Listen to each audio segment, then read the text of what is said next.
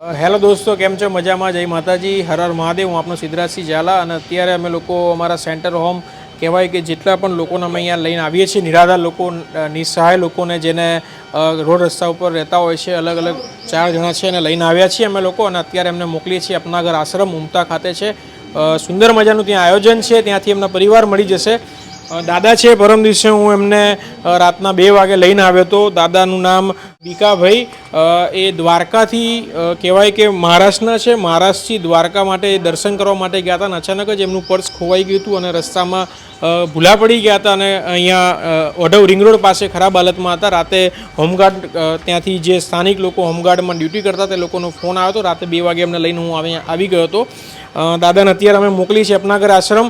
દાદાનું એડ્રેસ અમને બતાવ્યું હતું કે એમનું ગામ છે પાસ્ટે અને મહારાષ્ટ્રના રહેવાસી છે. એમના ગામ સુધી ટીમ કામ કરશે અપનાગર આશ્રમની, એમને ઘર સુધી પહોંચાડવામાં.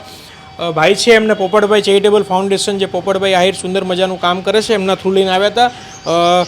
ગાંધીનગરથી લઈને આવ્યા હતા એમને આશરે. અને એમનું નામ છે અત્યારે એમનું નામ છે યાદવ ગજાનંદભાઈ રામભાઈ અને એમની ઉંમર આશરે 50 વર્ષ છે અને ગારામોરા છત્તીસગઢના છે. આજે એમને મોકલીએ છીએ. ભાઈનું નામ છે મદનભાઈ ભાનુજી મારવાડી, એમની ઉંમર છે 54 વર્ષ અને સિક્યુરિટી ગાર્ડની અંદર નોકરી કરતા હતા અને ઓઢવ બ્રિજની નીચે ખૂબ જ ખરાબ કન્ડિશનની અંદર હતા. 5-6 હજારમાં નોકરી કરીને આવી રીતના રહેતા હતા અને રાઈટ સાઈડ એમનો લકવો થઈ ગયો છે અને ખૂબ જ ખરાબ કન્ડિશનની અંદર હતા. રાતે અમે મોડા એમને લઈને આવ્યા હતા અહીંયા અમારા સેન્ટર હોમ અને અત્યારે એમને મોકલી છે અપનાગર આશ્રમ. અજમેરના છે, રાજસ્થાનના છે, તો તેમને પહોંચાડવામાં પણ મદદ કરશે. ભાઈનું નામ છે વિજયકુમાર વિશ્વકર્મા અને એમની ઉંમર છે 37 વર્ષ. એમને એક ભાઈ છે નીતિનભાઈ હરમોરા કરીને, એમનું કૃષ્ણનગરની અંદર મેડિકલ ચાલે છે. એક માનવતાની દ્રષ્ટિએ તેમને અહીંયા લઈને આવ્યા છે અને સુંદર મજાનું કામ કર્યું છે.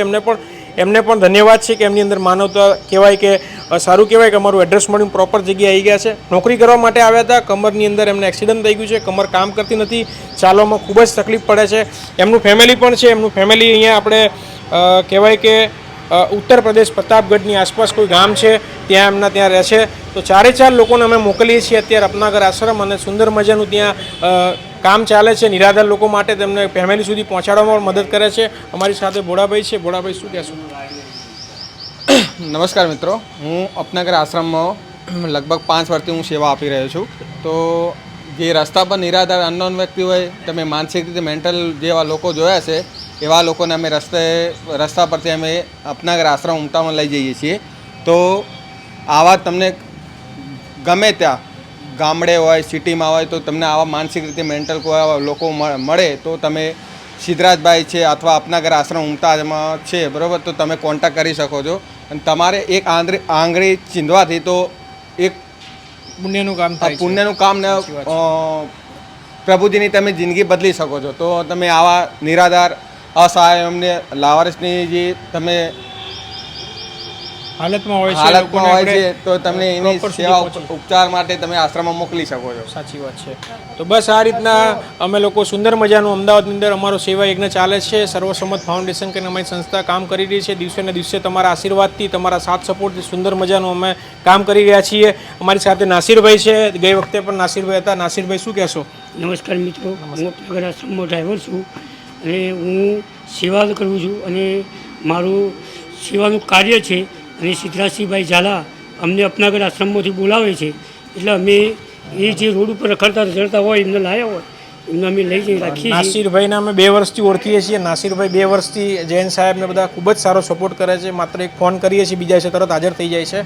અને એ લોકોની જે વ્યવસ્થા છે સુંદર મજાની, કે એ લોકો અહીંથી લઈ જાય છે, પછી એના ફેમિલી માટે પ્રયત્ન કરે છે, ફેમિલી સુધી પહોંચાડવામાં મદદ કરે છે. તો સુંદર મજાનું સેવા કામ એમના થ્રુ થાય છે અને બધાના સાથ સપોર્ટથી થાય છે. અમે માત્ર નિમિત્ત બનીએ છીએ. અમે આજ નિમિત્ત બન્યા છીએ આ કામ માટે. તમે જે પણ વિડીયોના મારફતે જુઓ છો એ લોકોને અમે સેન્ટર હોમ લાવીને એમને આશ્રમ ટ્રાન્સફર કરીએ છીએ. આશ્રમથી તેમના પરિવાર સુધી ટ્રાન્સફર કરીએ છીએ. માનસિક હોય છે તો માનસિકનો ઇલાજ કરાવીએ છીએ.